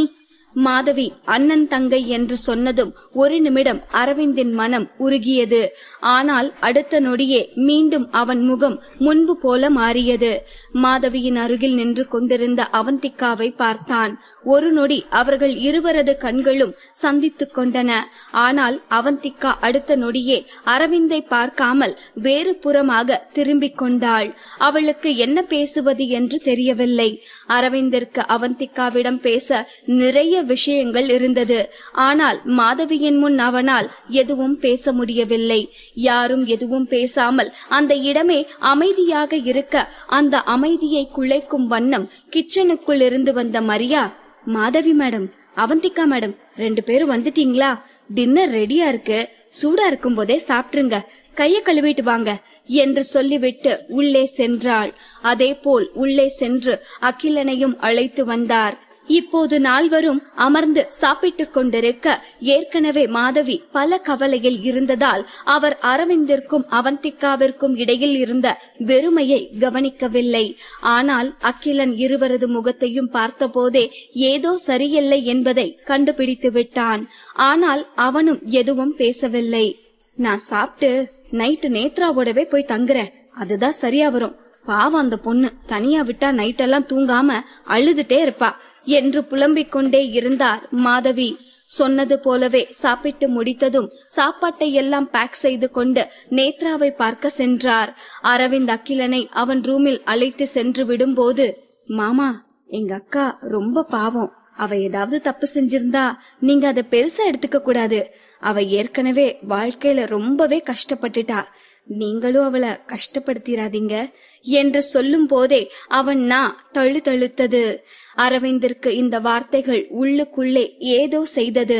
அகிலனிடம் கூட அவனால் எதுவும் பேச முடியவில்லை. பாசமாக அவன் தலையை வருடிவிட்டு வெளியே சென்றான். அவந்திகா இன்னும் ஹாலில் தான் இருந்தாள். அவள் போனில் ஏதோ பிஸியாக இருப்பது போல் ஆக்டிங்கை கொடுத்து கொண்டிருக்க அரவிந்தும் அங்கிருந்த நியூஸ் பேப்பரை எடுத்து படிப்பது போல் ஆக்ட் செய்து கொண்டிருந்தான். நீண்ட நேரமாக அவன் அடுத்த பக்கத்தை கூட திருப்பாமல் ஒரே பக்கத்தில் வைத்திருக்க இவன் என்ன யோசிச்சுட்டு இருக்கான்? ஒருவேளை நேத்ராவை பத்தி யோசிச்சுட்டு இருக்கானோ என்று நினைத்ததுமே அவந்திகாவிற்கு கோபமாக வந்தது. அதற்கு மேல் பொறுமையாக இருக்க முடியாமல், அரவிந்த், உண்மையிலேயே இந்த நேத்ரா யாரு என்று நேரடியாகவே கேட்டுவிட்டாள். சட்டென்று இந்த கேள்வியை எதிர்பார்க்காத அரவிந்த் ஒரு நிமிடம் திகைத்து போனான். அவன் எதுவும் சொல்லாமல் அமைதியாக இருக்கவும், ஏன் அரவிந்த், எப்ப நான் நேத்ராவை பத்தி கேட்டாலும் எதுவும் சொல்ல மாட்டீங்க? ஏன் நேத்ராவோட கடந்த காலம் நான் தெரிஞ்சுக்க கூடாத ஒன்னா என்று கேட்ட அவந்திகாவின் வார்த்தைகளில் இருந்த கோபம் அரவிந்திற்கு தெளிவாகவே தெரிந்தது. இதற்கு மேலும் அவளிடம் பதில் சொல்லாமல் ஏமாற்ற முடியாது என்று நினைத்தவன், அது பழைய ஃப்ரெண்டோட தங்கச்சி என்று திக்கி திணறி சொல்லி முடித்தான். என்னதான் நேத்ரா கதை சொல்லி இருந்தாலும் அவந்திகா அந்த கதையை நம்பாமல் தான் இருந்தாள். அது பொய்யாக இருக்கும் என்று தனக்குத்தானே சொல்லிக் கொண்டிருந்தாள். ஆனால் இப்போது அரவிந்த் சொன்ன வார்த்தைகளிலிருந்து நேத்ரா சொன்னது உண்மைதான் என்று தெரிந்ததும் அவந்திகாவின் மனது இன்னமும் பாரமானது. அரவிந்தையே கூர்ந்து பார்த்தவள், அப்படின்னா அந்த பழைய ஃப்ரெண்டு உங்களுக்கு ரொம்ப முக்கியமா இருந்திருக்கணும்ல என்றாள் அதே கோபத்தோடு. அரவிந்தால் எந்த பதிலும் சொல்ல முடியவில்லை. என்னதான் அவந்திகா பொறுமையாக இருந்தாலும் அவளால் அரவிந்தின் முன்னாள் காதலியை நினைத்து பொறாமைப்படாமல் இருக்க முடியவில்லை. உயிரோடு இல்லாத ஒருவரை நினைத்து பொறாமைப்படுவது மிகவும் விசித்திரமான ஒன்றுதான் என்று அவந்திகா நினைத்து கொண்டிருக்க, ஆமா, அந்த ஃப்ரெண்ட் எனக்கு ரொம்ப முக்கியம்தான் என்றான் அரவிந்த். இந்த வார்த்தையை அவன் சாதாரணமாகத்தான் சொன்னான். ஆனால் இவை முள் நிறைந்த கோடாரியாக மாறி அவந்திகாவின் இதயத்தை குத்தி கிழிக்க ஆரம்பித்தது. பாகம் 269. ஆமா, அந்த ஃப்ரெண்ட் எனக்கு ரொம்ப முக்கியம்தான் என்று அரவிந்த் சொல்லவும் அவந்திகா தனது சக்தி முழுவதையும் இழந்தவளாக உணர்ந்தவள் சோஃபாவிலிருந்து எழுந்து, நான் டயர்டா இருக்கேன், மேல போறேன் என்று சொல்லிவிட்டு வேகமாக மேலே சென்றாள். அவந்திகா அந்த இடத்தை விட்டு சென்ற பிறகுதான் அரவிந்திற்கு கொஞ்சம் நிம்மதியாக இருந்தது. ஆனால் அதே நேரம் அவனுக்கு ஒரு சந்தேகமும் தோன்றியது. ஏன் இன்னைக்கு நேத்ராவை பத்தி தெரிஞ்சுக்கணும்னு அவந்திகா இவ்ளோ உறுதியா இருக்கா? அப்போ அவளுக்கு நேத்ராவை பத்தி எல்லாம் தெரிஞ்சிருச்சா என்று நினைத்தவன் அவந்திகா செல்வதையே பார்த்து கொண்டு நின்றான். அவனுக்கு தனியாக அங்கு என்ன செய்வது என்று தெரியவில்லை. இங்கே தனது அறைக்கு சென்ற அவந்திகா வேகமாக ஓடி சென்று மெத்தையில் படுத்து அழ ஆரம்பித்தாள். ஏன் அரவிந்த், ஏன் நீங்க என்னை இப்படி சித்திரவதை பண்றீங்க? உங்களை யாரு என்ன காதலிக்க சொன்னது? நம்ம அக்ரிமெண்ட்ல போட்டிருந்த மாதிரி நமக்குள்ள எந்த ஒரு உறவும் இல்லாமலே இருந்திருக்கலாம். என் மேல பாசத்தை காட்டி என்ன காதலிச்சு இப்போ ஏன் என்ன இவ்ளோ கஷ்டப்படுத்துறீங்க என்று யாருமில்லா அந்த அறையில் தனியே புலம்பிக் கொண்டிருந்தாள். அதே நேரம் அரவிந்த் பெட்ரூமிற்கு வெளியேதான் நின்று கொண்டிருந்தான். அவன் கை கதவின் கைப்பிடியிலேயே நீண்ட நேரம் இருந்தது. சாதாரணமாக தள்ளினால் போதும் அவனுக்கும் அவந்திகாவிற்கும் இருக்கும் சுவர் விலகிவிடும். ஆனால் அவனால் அந்த கதவை நீக்க முடியவில்லை. அந்த மரக்கதவை திறப்பது எளிதுதான். ஆனால் அவன் மனக்கதவை எப்படி திறப்பான்? எப்படி அவந்திகாவின் கேள்விகளுக்கு அவன் பதில் சொல்வான்? அரவிந்த், இப்ப மட்டும் அவந்திகா நேத்ராவை பத்தி கேட்டா அவளை பத்தின உண்மையெல்லாம் சொல்ற தைரியம் உனக்கு இருக்கா? இல்லல, அப்புறம் ஏன் இங்க நின்னுட்டு இருக்க என்று அவன் மனசாட்சி கேட்கவும் அப்படியே திரும்பி நடக்க ஆரம்பித்தான். இங்கே அழுது கரைந்து கொண்டிருந்த அவந்திகா அரவிந்தின் காலடி சத்தம் கேட்டதும் கண்ணீரை துடைத்து கொண்டு கதவையே பார்த்து கொண்டிருந்தாள். அரவிந்த் உள்ளே வராமல் அவன் அங்கிருந்து செல்லும் சத்தம் கேட்டதும் வேகமாக எழுந்து வெளியே சென்று பார்த்தாள். அரவிந்தின் கார் கிளம்பும் சத்தம் கேட்கவில்லை. திடீரென்று ஏதோ தோன்ற 3வது மாடியில் இருந்த அந்த அறையை பார்த்தாள். அந்த அறையில் லைட் எரிந்து கொண்டிருந்தது.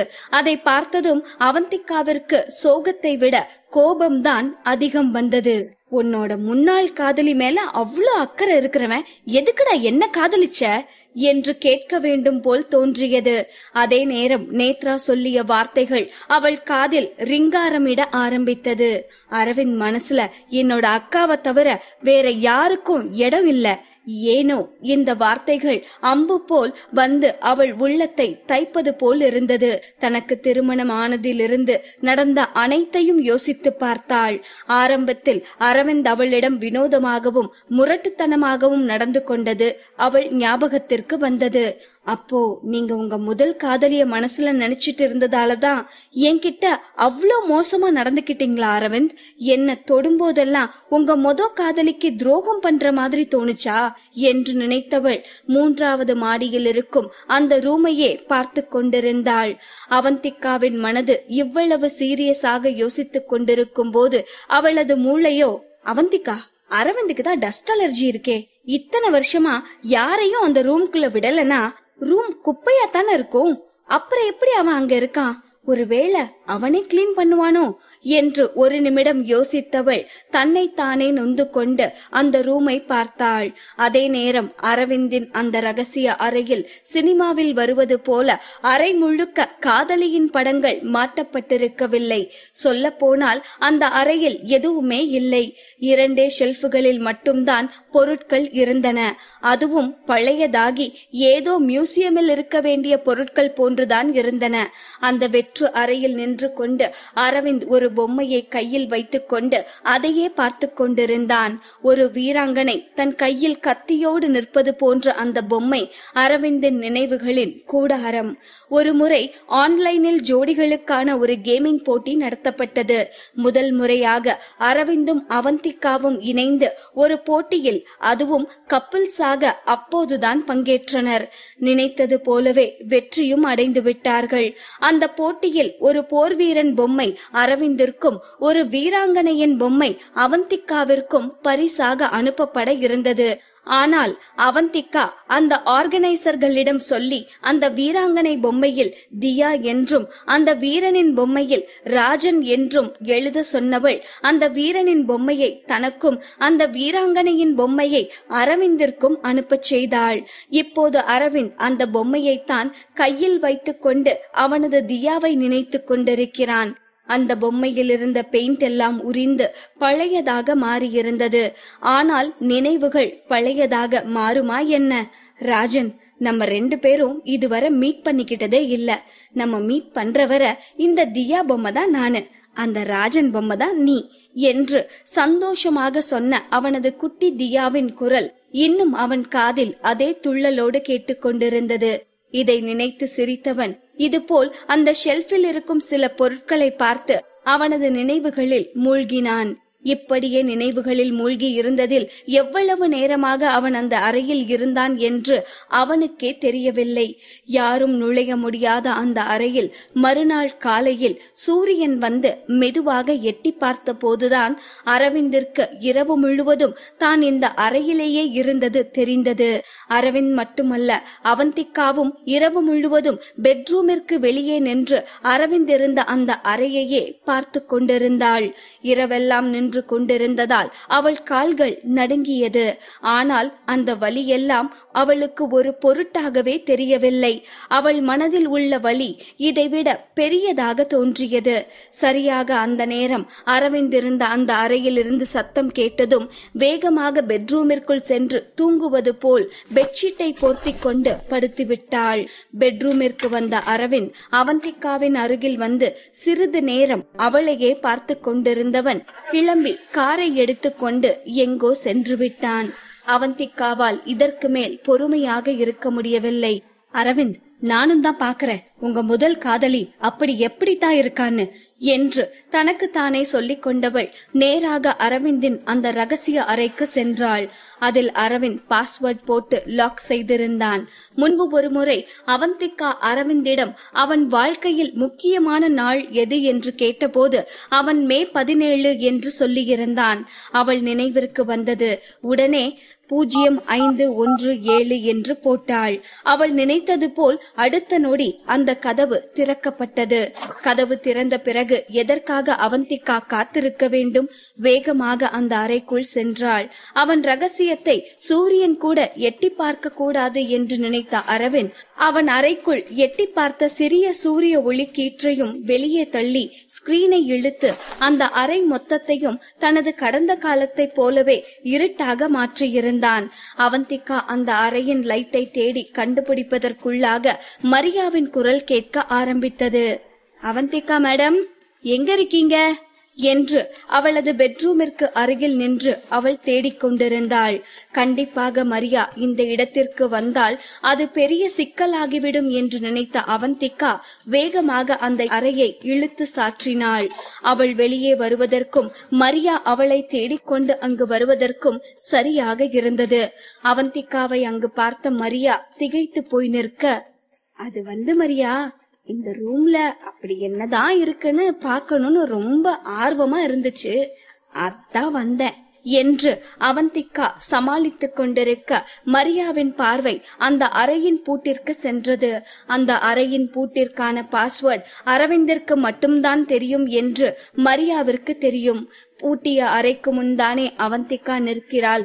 அத்தோடு எந்த ஒரு மனைவிக்கும் தனது கணவனின் ரகசியத்தை தெரிந்து கொள்ள வேண்டும் என்று ஆர்வம் இருக்கும் தானே. அதனால் அதை பற்றி எதுவும் பேசாமல் அமைதியாக ஒரு நிமிடம் அவந்திகாவை பார்த்தவள், அவந்திகா மேடம், சாப்பாடு ரெடி ஆகிருச்சு, உங்களை சாப்பிட கூப்பிடலாம் தான் வந்தேன் என்று சொன்னவள் அவந்திகாவையும் தன் கையோடு டைனிங் ஹாலிற்கு அழைத்து சென்றாள். சாப்பிட்டு முடிக்கும் வரை அவந்திகாவோ மரியாவோ ஒரு வார்த்தை கூட பேசிக்கொள்ளவில்லை. ஆனால் மரியா ஏதோ சொல்ல வருகிறாள் என்பது மட்டும் அவந்திகாவிற்கு நன்றாக புரிந்தது. அதை கேட்கும் நிலையில் எல்லாம் அவந்திகா இல்லை என்பதால், ஓகே மரியா, நான் சாப்பிட்டு முடிச்சிட்டேன், என்று சொன்னவள் வேகமாக சென்று தனது ரூமிற்குள் புகுந்து கொண்டாள். இதற்கு மேலும் இந்த வீட்டில் இருந்தால் பைத்தியம் பிடித்தாலும் ஆச்சரியப்படுவதற்கு இல்லை என்று நினைத்த அவந்திகா ஆபீஸருக்கு செல்லலாம் என்று முடிவெடுக்க, அப்போதுதான் இன்று அவர்களது டீமிற்கு அடுத்த ரவுண்ட் மேட்ச் இருப்பதே அவளுக்கு நினைவிற்கு வந்தது. அவந்திகா வெளியே செல்லும் போது அவளை அழைத்த மரியா, அவந்திகா மேடம், இப்ப பார்த்தத நான் சார் கிட்ட சொல்ல மாட்டேன், நீங்க அத நினைச்சு ஒன்னும் கவலைப்படாதீங்க என்றாள். மரியாவை ஒரு நிமிடம் கூர்ந்து பார்த்த அவந்திகா, நீங்க சொன்னாலும் எனக்கு பிரச்சனை இல்ல என்று சொல்லிவிட்டு அங்கிருந்து நேராக அவர்கள் டீமிற்கான காம்படிஷன் நடக்கும் இடத்திற்கு வந்து சேர்ந்தாள். முதலில் அவந்திகாவை பார்த்த ஆகாஷ் அவளை ஒரு பொருட்டாக கூட மதிக்காமல் முகத்தை திருப்பிக் கொண்டு சென்றான். இன்னும் எப்படி இவர்களது கேம் திட்டம் வெளியே தெரிந்தது என்று அவந்திகா விளக்கம் தரவில்லை. அதுவரை அவர்களை பொறுத்தவரை அவந்திகா தான் இதை செய்தவள். அதனால் அவள் முகத்தை பார்க்க கூட ஆகாஷ் விரும்பவில்லை. இது ஒரு தகுதி சுற்று என்பதால் ஒரே நாளில் 4-5 டீமை எதிர்த்து அவர்கள் விளையாட வேண்டியிருந்தது. அதெல்லாம் அவந்திகாவின் டீமிற்கு ஒரு பொருட்டே இல்லை. அடுத்தடுத்து அனைத்து போட்டிகளிலும் இவர்களது டீம் மிக எளிதாகவே வெற்றி பெற்றார்கள். அனைத்து போட்டிகளும் முடிவதற்கு மாலை 5 மணி ஆகியிருந்தது. போட்டியெல்லாம் முடிந்த பிறகு ஆகாஷை தவிர அவர்களது டீமில் இருக்கும் அனைத்து பிளேயர்களும் அவந்திகாவை பார்ப்பதற்காக வந்திருந்தார்கள். ஆகாஷங்க என்று அவந்திகா கேட்டதற்கு ஒருவர் முகத்தை ஒருவர் பார்த்து கொண்டவர்கள், அவன் பார்பி ஜூலியோட போறத பார்த்தோம் என்றார்கள். இதை கேட்டதும் அவந்திகாவின் கண்கள் சுருங்கியது. சரி, நான் என்னன்னு பாத்துட்டு வரேன் என்று சொன்னவள் ஆகாஷை தேடிக்கொண்டு சென்றாள். என்னதான் அவந்திகா இவர்களின் ரகசியத்தை விற்கவில்லை என்பது உறுதியாகவில்லை என்றாலும் கண்டிப்பாக அந்த ரகசியத்தை பார்பி ஜூலி தானே வாங்கி இருக்கிறாள். ஒரு சாதாரண தகுதி சுற்றுக்கே திறமையை வைத்து வெற்றி பெற முடியாமல் குறுக்கு வழியில் முயற்சிக்கும் அவளிடம் ஆகாஷ் என்ன பேச போகிறான் என்று யோசித்துக் கொண்டே அங்கும் இங்கும் ஆகாஷ் எங்கிருக்கிறான் என்று தேடிக்கொண்டிருந்தாள். அதே நேரம் இந்த போட்டி நடக்கும் இடத்தில் ஆள் அரவமற்ற ஒரு இடத்தில் பார்பி ஜூலி ஆகாஷின் கையை பிடித்து, ஆகாஷ், நான் என்ன சொல்றேன்னு ஒரு முறை கேளேன் என்றாள். ஆனால் அவனது முகமோ கோபமாகவும் அதே நேரம் ஏமாற்றமாகவும் இருந்தது. பார்பி ஜூலி, உங்களுக்கும் எனக்கும் பேச வேண்டியது ஒன்னும் இல்ல, அதோட எனக்கு டைம் ஆகிருச்சு, நான் இப்பவே போகணும் என்று சொன்ன ஆகாஷ் அங்கிருந்து செல்ல போக, இப்போது முகத்தை சோகமாக வைத்துக் கொண்ட பார்பி ஜூலி, ஓகே ஆகாஷ் போ, எனக்கும் அன்னைக்கு நடந்ததுக்கும் எந்த சம்பந்தமும் இல்லன்னு சொன்னாலும் நீ நம்ப போறதில்ல, இதுக்கு மேல உன்கிட்ட பேசுறதுக்கு என்ன இருக்கு என்று கேட்கவும், இதுவரை போக வேண்டும் என்று துடித்துக் கொண்டிருந்தவன் இப்போது பார்பி ஜூலியை புரியாத பார்வை பார்த்து கொண்டு அங்கேயே நின்றான். இதைத்தானே பார்பி ஜூலி எதிர்பார்த்தாள். உள்ளுக்குள் சிரித்தாலும் வெளியே அப்பாவி போல் முகத்தை வைத்துக் கொண்டவள், ஆகாஷ், ஒரு டீம் லீடரா உனக்கே நல்லா தெரியும், ஒரு கோச் எல்லா விஷயத்தையும் டிசைட் பண்றது இல்ல. இந்த டீம் மேல இன்வெஸ்ட் பண்ணிருக்கிறவங்க இருக்காங்க, அவங்க டெசிஷன் தான் ஃபைனல் என்று சொன்னவள், ஆகாஷ், இத்தனை நாளா நாம ஃப்ரெண்ட்ஸா இருக்கோம், நான் இப்படி எல்லாம் பண்ணுவேன்னு நீ எப்படி நினைக்கலாம் என்று பார்பி ஜூலி ஒரு ஆக்டிங்கை போட்டதும் ஆகாஷ் கொஞ்சம் மனம் இளகினான். ஓகே, நான் உங்களை நம்புறேன் என்று சொல்லி நிறுத்தியவன், நீங்க தான் தியா அப்படிங்கிற ஒரு காரணத்துக்காக மட்டும்தான் நீங்க சொல்றத நம்புறேன் என்றான். இதை கேட்ட பார்பி ஜூலி உண்மையாகவே அதிர்ச்சியாகி அவனை பார்த்தாள். உனக்கு கூட என்ன பத்தி தெரியுமா என்றாள் போலியான ஆச்சரியத்தோடு.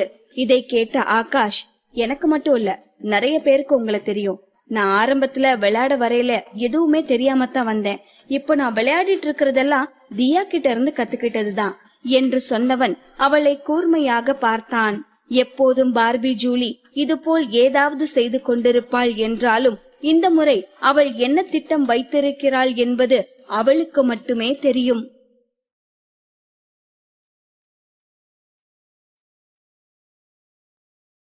பாகம் 270. பார்பி ஜூலியை பார்த்து கொண்டிருந்த ஆகாஷிற்கு 8 வருடத்திற்கு முன்பு அவன் முதலில் தியாவோடு உரையாடியது நினைவிற்கு வந்தது. முதலில் அவன் கேமிங்கிற்குள் வந்தபோது அவனுக்கு கேம் பற்றி எதுவும் தெரியாது. அவன் நண்பர்களுக்குள் அவன் நன்றாக விளையாடுவான் என்பதால் அவன் தன்னைத்தானே ஒரு மிகப்பெரிய கேமிங் புலியாக நினைத்து கொண்டிருந்தான். ஒரு நாள் அவன் தியா மற்றும் இன்னும் சிலரோடு ஒரே டீமாக விளையாடி கொண்டிருந்த போது, "ஹே, பாத்து பாத்து, அங்க போகாத, ச்சே, கவனத்தை எங்க வச்சுட்டு விளையாடுற?" என்று தியா அவனை திட்டியதும் அவனுக்கு பயங்கரமாக கோபம் வந்தது. அப்போதே கேமை விட்டு வெளியே சென்றவன் இனி அவர்களோடு விளையாட மாட்டேன் என்று கோபமாக மெசேஜ் போட்டான். ஆனால் இவன் சென்றால் கேமில் அவர்கள் தோற்று விடுவார்களா என்ன? தியா அனைவரின் சார்பாகவும் ஒரு லீடர் போல் விளையாடி அந்த கேமில் அவர்கள் வெற்றி பெற்றார்கள். என்னதான் தியா தன்னை திட்டியது அவனுக்கு கோபம் வந்தாலும் அவனால் தெளிவாக அவள் திறமைகளை பார்க்க முடிந்தது. அவள் பயன்படுத்தும் ஒவ்வொரு டெக்னிக்கும் புதுமையானதாகவும் அதே நேரம் யாராலும் யூகிக்க முடியாததாகவும் இருந்தது. இதை கண்டு அவன் வியந்து கொண்டிருக்கும் நேரம் அவனுக்கு ஒரு ஃப்ரெண்ட் ரெக்வெஸ்டும் அத்தோடு இன்பாக்ஸில் ஒரு மெசேஜும் வந்தது. தியாதான் அவனுக்கு ஃப்ரெண்ட் ரெக்வெஸ்ட் கொடுத்திருந்தாள். அந்த மெசேஜில், "கேம்ல இருந்து பாதியிலேயே ஓடி போன பயந்தாங்கோழி" என்று அனுப்பியிருந்தாள். இந்த மெசேஜை பார்த்த ஆகாஷ் கோபத்தின் உச்சிக்கே சென்றான். ஒரு கேமிலாவது அவளை தோற்கடிக்க வேண்டும் என்றே அவளது ஃப்ரெண்ட் ரெக்வெஸ்டை அக்செப்ட் செய்தான். ஆனால் போக போக அவர்கள் நல்ல நண்பர்கள் ஆனார்கள். சொல்ல போனால் அதற்கு பிறகு தியா அவனை திட்டுவதெல்லாம் ஏதோ அக்கா தன் தம்பியை செல்லமாக திட்டுவது போல்தான் இருக்கும். தியாவிடமிருந்து அவன் நிறையவே கற்றுக்கொண்டான். அந்த நாட்களில் தியா எவ்வளவு நேர்மையானவள் என்பது அவனுக்கு தெரியும். அவள் நேர்மையானவள் மட்டுமல்ல, பரந்த உள்ளம் கொண்டவளும் கூட. அவளது கேமிங் டெக்னிக்கை யாராவது கேட்டால் கொஞ்சம் கூட தயங்காமல் அவர்களுக்கு பொறுமையாக சொல்லிக் கொடுப்பாள். ஆகாஷிற்கும் அவள்தானே குருவாக இருந்து அனைத்தையும் கற்பித்தவள். இதையெல்லாம் நினைத்து பார்த்தவன் இப்போது பார்பி ஜூலியை நம்பினான். "ஓகே தியா, உங்க மேல எனக்கு சந்தேகம் இல்ல, உங்க டீம் மேல எனக்கு கோபம், அவ்வளவுதான். சரி, எங்க டீம்ல இருந்து யாரு உங்களுக்கு அந்த சீக்ரெட்டை வித்தது?" என்றான். யாரை சொல்லலாம் என்று அவள் யோசித்து பார்த்தாள். அப்போதுதான் சில முறை சூர்யாவை அவந்திகாவோடு பார்த்த நினைவு அவளுக்கு வந்தது. அவர்களுக்குள் நல்ல நட்பு இருப்பது போலவும் தோன்றியது. ஒருவேளை அவந்திகா அவர்களுக்கு எதிரான டீமில் இருக்கிறாள் என்றால் சூர்யா இவர்கள் டீமிற்கு ஸ்பான்சர் செய்வதை விட்டுவிட்டு அந்த டீமிற்கு சென்று விட்டால் என்ன செய்வது என்ற அச்சம் எப்போதும் அவளிடம் இருந்து வந்தது. அதனாலே முடிந்தவரை அவந்திகா அவர்களுக்கு எதிரான டீமில் இருக்கிறாள் என்பதை சூர்யா தெரிந்து கொள்ளாதபடி பார்த்து கொண்டாள். இப்போது ஆகாஷை பார்த்தவள், "அது யாருன்னு எனக்கு தெளிவா தெரியல ஆகாஷ். ஆனா எங்க பாஸ்க்கு உங்க டீம்ல ஒருத்தவங்கள நல்லா தெரியும். அவங்க உங்க டீம்ல பிளேயரா இருக்காங்களா என்னவா இருக்காங்கன்னு எனக்கு தெரியாது. அவங்க பேரு அவந்திகா" என்றாள். இதை கேட்டதும் ஆகாஷின் முகத்தில் ஒரு குழப்பம் தோன்றியது. அதே நேரம் அவந்திகாவும் ஆகாஷை தேடி அங்கு வந்து சேர்ந்திருந்தாள். அவள் பார்க்கும்போது பார்பி ஜூலியும் ஆகாஷும் நன்றாக சிரித்து பேசிக் கொண்டிருந்தார்கள். இதை பார்த்த அவந்திகா உள்ளுக்குள் அந்த பார்பி ஜூலியை நன்றாகவே சபித்தாள். "ஆகாஷ், இங்க என்ன பண்ணிட்டு இருக்கீங்க? நம்ம டீம்ல எல்லாரும் உங்களுக்காக காத்துட்டு இருக்காங்க. இப்ப வரீங்களா இல்ல நாங்க முன்ன கிளம்பவா?" என்று அவந்திகா கேட்டதும், "இதோ இப்ப வரேன்" என்று சொன்னவன் பார்பி ஜூலிக்கு பாய் சொல்லிவிட்டு அங்கிருந்து கிளம்பினான். அவந்திகா பார்பி ஜூலியை ஒரு பொருட்டாக கூட மதிக்கவில்லை. ஆனால் பார்பி ஜூலியோ அவளை பார்த்து வில்லத்தனமாக புன்னகைத்துக் கொண்டிருந்தாள். அவந்திகாவை ஒரு முறை பார்த்த ஆகாஷிற்கு பார்பி ஜூலி சொல்லியதுதான் நினைவிற்கு வந்தது. அதே நேரம் அன்று நிலா சொல்லியதும் அவன் நினைவிற்கு வந்தது. அவந்திகாவின் கேமிங் திறமையையும் அவன் நன்றாக புரிந்து கொண்டிருந்தான். இதை அனைத்தையும் விட அவந்திகா மட்டும் அந்த தவறை செய்திருந்தால் கண்டிப்பாக அரவிந்த் அவளுக்கு ஆதரவாக இருக்க மாட்டான் என்ற அசைக்க முடியாத நம்பிக்கை அவனுக்கு இருந்ததால் அவந்திகாவிடம் அவன் எதுவும் கேட்கவில்லை. ஆனால் உண்மையாக என்ன நடந்தது என்று அவனே கண்டுபிடிக்க வேண்டும் என்று நினைத்து கொண்டான். அவர்கள் வந்து கொண்டிருக்கும் போது அங்கே கோட் சூட் அணிந்த தன் 30களில் ஆரம்பத்தில் இருந்த ஒரு ஆள் அவந்திகாவின் மீது மோதினார். அவந்திகா லேசாக ஸ்லிப் ஆனதும் அந்த நபரே அவந்திகாவின் கையை பிடித்து அவளை நிலையாக நிற்க வைத்து, "are you okay young lady?" என்றான். அவந்திகாவிற்கு அந்த மனிதனின் முகம் நன்றாக பழக்கப்பட்டதாக இருந்தது. ஆனால் அவன் யார் என்று அவளுக்கு சட்டென்று நினைவிற்கு வரவில்லை. ஒரு நொடி யோசித்தவளுக்கு அவன் முகம் நன்றாக நினைவிற்கு வந்தது. 8 வருடத்திற்கு முன்பாக அவளும் ராஜனும் கேமிங்கில் இருந்த போது அவர்கள் ஒரு டீமில் சேர்ந்தார்கள். ஏதாவது பெரிய காம்படிஷன் என்றால் அந்த டீமில் இருந்து அனைவரும் கலந்து கொள்வார்கள். அந்த டீமை உருவாக்கி அதன் லீடராக இருந்தது இந்த நபர்தான். அந்த டீமில் யாரும் யாரையும் நேரில் சந்தித்துக் கொண்டது கிடையாது. ஆனால் இவர் அந்த டீமின் லீடர் என்பதால் பல முறை தனது போட்டோவை குரூப்பில் பகிர்ந்திருக்கிறார். என்னதான் வெறும் கேமிங் டீம் என்றாலும் அனைவரும் ஒரு குடும்பம் போல்தான் பழகினார்கள். ராஜன் அவந்திகாவை ஏமாற்றிய பிறகு அவந்திகா கேம் விளையாடுவதையே முற்றிலும் நிறுத்தியிருந்தாள். அத்தோடு இந்த குரூப்பில் இருப்பவர்களிடமும் பேசுவதில்லை. 8 வருடத்திற்கு பிறகு இப்போதுதான் இவனை பார்க்கிறாள். அவந்திகா இதை யோசித்துக் கொண்டிருந்த போது, "ஓய் யங் லேடி, உங்களுக்கு ஒண்ணு ஆகலனா ஓகே, நான் இப்பவே கிளம்பணும், சாரி" என்று சொல்லிக்கொண்டே அந்த நபர் அங்கிருந்து ஓடினான். அவந்திகா அப்படியே அவனை பார்த்து கொண்டு நிற்க, "அவந்திகா வரீங்களா இல்லையா?" என்றான் ஆகாஷ். "இல்ல ஆகாஷ், நீங்க போங்க, இப்ப எனக்கு கொஞ்சம் முக்கியமான வேலை இருக்கு, அத முடிச்சிட்டு தான் வரணும். வெளியே உங்களுக்கு கார் ரெடியா இருக்கு, நம்ம டீம் மெம்பர்ஸ் எல்லாரையும் கூட்டிட்டு போங்க" என்று சொல்லிவிட்டு அவந்திகா அந்த நபரை ஃபாலோ செய்து போனாள். அந்த நபர் நேராக பார்பி ஜூலியிடம் தான் சென்றார். தன்னை நோக்கி டிப்டாப்பாக ஒருவன் வருவதை பார்த்த பார்பி ஜூலி, "சொல்லுங்க sir, how can I help you?" என்றாள்.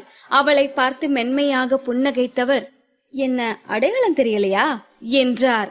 அவரை ஒருமுறை உற்று பார்த்த பார்பி ஜூலி, "சாரி சார், தெரியல" என்று சொல்லவும், "தியா, என்ன அவ்வளவு சீக்கிரம் மறந்துட்டீங்களா? 8 வருஷத்துக்கு முன்ன நீங்களும் ராஜனும் ஒரு கேமிங் டீம்ல இருந்தீங்கல்ல, அந்த டீமோட லீடர் நான் தான்" என்றான். இதை கேட்ட பார்பி ஜூலியும் தன் நடிப்பு திறனை எல்லாம் காட்ட ஆரம்பித்தார். "ஓ லீடர், சாரி சாரி, அது வந்து" என்று அடுத்து என்ன சொல்லலாம் என்று அவள் யோசித்துக் கொண்டிருக்க, "தியா, நம்ம நேர்ல மீட் பண்ணிக்கிட்டது இல்லதான், ஆனா நான் நம்ம குரூப்ல நிறைய போட்டோஸ் அனுப்பி இருந்தேன். சோ அத வச்சு என்ன நீங்க கண்டுபிடிச்சிருவீங்கன்னு நினைச்சேன். பட் சோ சேட், 8 வருஷத்துல எனக்கு அடையாளம் தெரியாத அளவுக்கு வயசாகிருச்சு போல, அதான் உங்களால என்ன கண்டுபிடிக்க முடியல" என்று அவன் சொல்லவும், "இல்ல இல்ல இல்ல லீடர், அது என்னோட மூளைக்கு தான் வயசாகிருச்சு, அதான் எல்லாம் எனக்கு மறந்துருச்சு" என்றாள். அவள் சொன்னதை கேட்டு சத்தமாகவே சிரித்த அந்த நபர், "ஓகே தியா, திடீர்னு நீங்களும் ராஜனும் டீமை விட்டு போனதுல எங்களுக்கு ரொம்பவே வருத்தம். அதுக்கப்புறம் நானும் உங்களை காண்டாக்ட் பண்ண எவ்வளவோ ட்ரை பண்ணினேன், பட் முடியல. இப்போ ரீசெண்டா தான் நீங்க ஒரு ஸ்போர்ட்ஸ் ஆங்கரா இருக்கீங்கன்னு எங்களுக்கு தெரிஞ்சது. நம்ம டீம்ல இருக்கிற எல்லாரும் இப்போ உங்க ஃபேன்ஸ் தான். அதோட கங்க்ராட்ஸ், நீங்க நினைச்ச மாதிரியே கிங்ஸ் ஃபைட்டிங் டீமுக்கு கோச் ஆகிட்டீங்க" என்றான். கொஞ்சம் கூட கூச்சமே இல்லாமல் பார்பி ஜூலி, "தேங்க்யூ லீடர்" என்றாள். "தியா, இப்போ நான் எதுக்கு உங்களை தேடிட்டு வந்தேன்னா, திரும்பவும் நீங்க நம்ம டீம்ல ஜாயின் பண்ணணும். நாங்க யாரும் இப்ப முன்ன மாதிரி விளையாடுறது இல்லைனாலும் அந்த பவரும் வெறியும் இன்னும் அப்படியே தான் இருக்கு. நம்ம எல்லாரும் ஃப்ரீயா இருக்கும்போது கொஞ்ச நேரம் விளையாடலாம், அது கொஞ்சம் ரெஃப்ரெஷிங்கா இருக்கும். அண்ட் நம்ம டீம் மெம்பர்ஸ் எல்லாரும் ஒவ்வொரு வருஷமும் கெட் டுகெதர் வச்சு எல்லாரையும் மீட் பண்ணிப்போம். இந்த வருஷம் கெட் டுகெதருக்கு நீங்களும் கண்டிப்பா வரணும். உங்களை பார்த்தா எல்லாரும் ரொம்ப சந்தோஷப்படுவாங்க." இதை கேட்ட பார்பி ஜூலி, "என்னது சந்தோஷப்படுவாங்களா? கல் எடுத்து அடிப்பாங்க, தெரிஞ்சே வந்து மாட்டிக்கிறதுக்கு நான் என்ன முட்டாளா?" என்று நினைத்தவள், "ஓகே லீடர், நான் ட்ரை பண்றேன், பட் இப்போ எனக்கு ஒரு முக்கியமான வேலை இருக்கு, நான் கிளம்புறேன் என்று சொல்லிவிட்டு அந்த நபர் மறுவார்த்தை பேசுவதற்குள் மின்னல் வேகத்தில் அந்த இடத்தை விட்டு மறைந்தாள். அதே நேரம் இவர்களது பேச்சுவார்த்தையை எல்லாம் அவந்திகா சற்று தூரத்தில் நின்று கேட்டுக்கொண்டிருந்தாள். ராஜனை பற்றி பேசியதும் அவந்திகா உறைந்து போயிருந்தாள் என்றுதான் சொல்ல வேண்டும். இப்போது அந்த நபர் பார்பி ஜூலியிடம் பேசிவிட்டு அங்கிருந்து செல்லும் போது ஒரு அழகான இளம் பெண் அவர் கையை பிடித்ததை பார்த்து கேள்வியோடு அவளை பார்க்க, அப்போ உங்களுக்கு இப்போ ராஜன் எங்க இருக்காருன்னு தெரியுமா என்றாள் அவந்திகா. அவளை குழப்பமாக பார்த்த அந்த நபர், தெரியுமே என்றார் சாதாரண குரலில். இதை கேட்டதும் அவந்திகாவின் இதயம் வேகமாக துடிக்க ஆரம்பித்தது. என்னதான் அவள் 8 வருடங்களாக ராஜனை நினைத்து கொண்டிருந்தாலும் அவளுக்கும் அரவிந்திற்கும் திருமணமான பிறகு ராஜனை அவள் கொஞ்சம் கொஞ்சமாக மறந்துவிட்டதாகத்தான் நினைத்திருந்தாள். ஆனால் இன்று ராஜன் என்ற பெயரை கேட்டதும் அவள் இதயம் மீண்டும் அதே பழைய காதலோடு ராஜனை தேட ஆரம்பித்தது. அவள் கைகள் அவளை அறியாமலேயே நடுங்கியது. இதயம் படபடத்தது. கண்களில் எதிர்பார்ப்போடும் ஒருவித படபடப்போடும் அவரை பார்த்து கொண்டிருக்கும் அவந்திகாவை அந்த டீம் லீடர் விசித்திரமாக பார்த்தார். அவர் ராஜனை தெரியும் என்று சொன்னதிலிருந்து அவள் வாய் பேச்சை மறந்தது. அவள் மூளை ராஜனை வெறுத்தது. அவள் மனம் ராஜனுக்காக துடித்தது. ஒரு வழியாக, இல்ல, நான் அந்த பழைய தியா இல்ல, நான் அவந்திகா. நான் ராஜனை பார்த்தா ஏண்டா தியாவை ஏமாத்துனேன்னு அவன் மூஞ்சில ஒரு குத்து வச்சு நல்லா திட்டி விட்டுட்டு வரணும், அவ்வளவுதான் என்று சொல்லிக் கொண்டவள், இப்போ ராஜன் எங்க இருக்கான் என்று ஒரு வழியாக இந்த 4 வார்த்தைகளை கேட்டு முடித்தாள். இப்போது அந்த டீம் லீடருக்கு சந்தேகமே இல்லாமல் இவளும் ராஜனின் ஃபேன் கேர்ள்ஸில் ஒருவளாக இருப்பாள் என்று தோன்றியது. ராஜனை பற்றி அவனிடம் ஒரு பெண் விசாரிப்பது இது முதல் முறையும் அல்ல. அதேபோல் இது கடைசி முறையாகவும் இருக்க போவதில்லை. இயல்பாகவே எதிர்பாலின ஈர்ப்பினாலோ என்னவோ தியாவிற்கு அதிக ஆண்கள் ஃபேன்ஸாக இருந்தார்கள். ராஜனுக்கு அதிக பெண்கள் ஃபேன்ஸாக இருந்தார்கள். அவந்திகாவை பார்த்து புன்னகைத்த அந்த லீடர், ஓ யங் லேடி, உங்களுக்கு ராஜனை பார்க்கணுமா என்றார். அவந்திகாவிற்கு பேச்சு வரவில்லை. ஆம் என்று தலையை மட்டும் ஆட்டினாள். அந்த லீடருக்கே கொஞ்சம் ஆச்சரியமாகத்தான் இருந்தது. இதுவரை எத்தனையோ பேர் ராஜனை தேடி வந்திருந்தாலும் யாரின் கண்களிலும் இது போன்ற ஒரு எதிர்பார்ப்பை அவர் பார்த்ததே இல்லை. இந்த பெண் ராஜனின் ஃபேனாக மட்டுமல்ல, அவனை காதலித்துக் கொண்டிருப்பாள் போலும் என்று நினைத்தவர், ஓகே நானே கூட்டிட்டு போறேன் என்றார். அவந்திகா எங்கு என்ன இது போன்ற எந்த கேள்வியும் கேட்காமல் அவரது BMW காரில் ஏறி அமர்ந்தாள். அவள் மூளை இப்போது பயங்கர குழப்பத்தில் இருந்தது. 8 வருடத்திற்கு முன்னால் ராஜனை அவள் பார்க்க போகும்போது அவள் மனம் எப்படி பரபரத்து கொண்டிருந்ததோ அதே போல்தான் இப்போதும் பரபரத்து கொண்டிருந்தது. என்னதான் அவள் ராஜனை வெறுக்கிறேன் என்று தனக்குத்தானே சொல்லிக் கொண்டாலும் அவள் மனம் அதை கண்டு கொள்ளவே இல்லை. ஆன்லைனில் வெறும் 2 வருடம் உருவான பழக்கம் அவளை 8 வருடங்களாக அவனுக்காக காத்திருக்க வைத்து விட்டது. அவனை பார்த்தால் என்ன பேச வேண்டும் என்று தனக்குள் நிறைய ஒத்திகை பார்த்து கொண்டாள். இப்ப ராஜன் எப்படி இருப்பான்? அவனுக்கு கல்யாணம் ஆகியிருக்குமா? என்ன வேலை செஞ்சிட்டு இருப்பான்? ஏன் அவன் இப்போ கேம் விளையாடுறது இல்ல என்று அவள் மனம் 1000 கேள்விகள் கேட்க ஆரம்பித்தது.